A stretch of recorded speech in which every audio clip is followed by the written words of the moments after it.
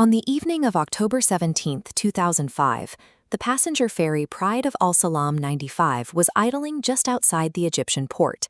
Without warning, out of the darkness, the massive bow of a passing cargo ship violently tore straight into its side. Under international maritime law, a passenger ferry is engineered with a specific failsafe.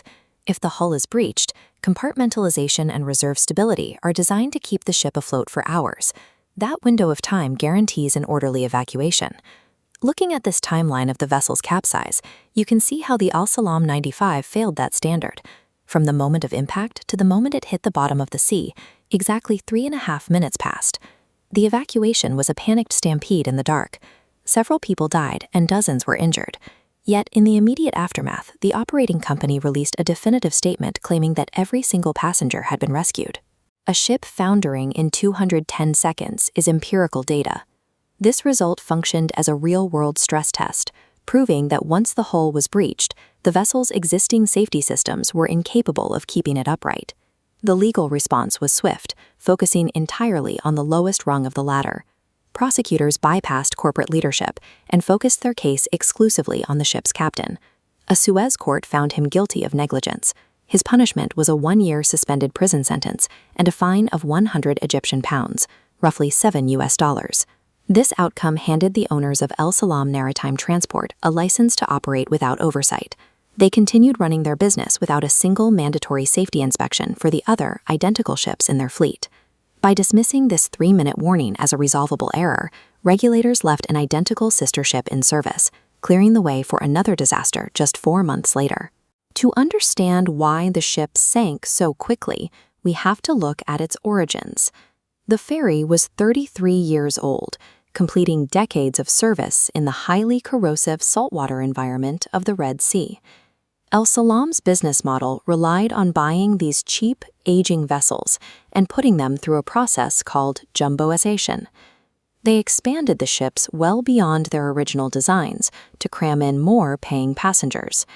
As shown in this structural cross-section, by stacking new decks high above the waterline, the ships began to look like floating wedding cakes. In naval architecture, adding extreme weight to the top of a vessel pulls the center of gravity dangerously high, destroying the hull's ability to stay upright if water breaches the lower levels. A vessel this top-heavy would normally be condemned by local safety inspectors, but the owners utilized a legal loophole known as a flag of convenience. Egyptian law explicitly banned passenger ships over 25 years old. To get around this, the Egyptian executives registered their aging fleet in Panama, placing their safety oversight in the hands of a distant nation with lax enforcement. The combination of structural instability and outsourced regulation was a calculated business plan. Profit generation was maximized, while the risk was fully transferred to the people on board. Exactly 4 months later, in February 2006, another vessel in the Al Salam fleet departed from Saudi Arabia. This was the Al Salam Boccaccio 98, an identically modified sister ship. Shortly after leaving port, a fire broke out on the open vehicle deck. The crew immediately responded by pumping massive amounts of seawater onto the deck to fight the flames.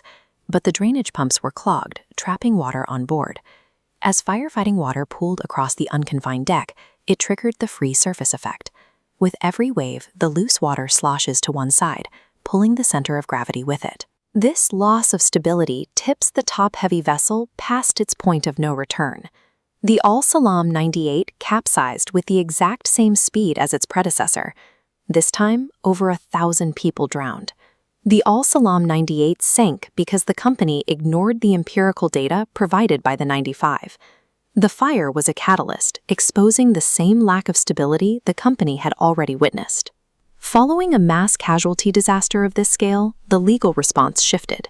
Driven by public fury, prosecutors finally targeted the corporate executives responsible for the fleet. But true accountability never materialized. The company's owner, Mamdouh Ismail, leveraged his wealth and political connections to flee to London before authorities could issue a warrant for his arrest. He was eventually tried and handed a 7-year prison sentence in absentia. Protected by borders and distance, the ruling remained entirely symbolic.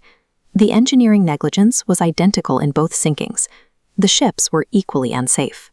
But the justice system only mobilized when the body count became too large to ignore. This tactic, wealthy owners shielding themselves behind foreign flags and complex transnational corporate structures, is known as jurisdictional arbitrage. In the global shipping industry, it is an intended feature of the system. To address this, international maritime law requires reform. That means ending the abuse of flags of convenience, funding independent port inspectors to detain unsafe vessels, and piercing the corporate veil to hold executives criminally liable. Until the international community closes the loopholes that let shipping conglomerates legally outrun their liability, safety certificates will remain meaningless paper, and passengers will continue to serve as the final, tragic stress tests for corporate greed.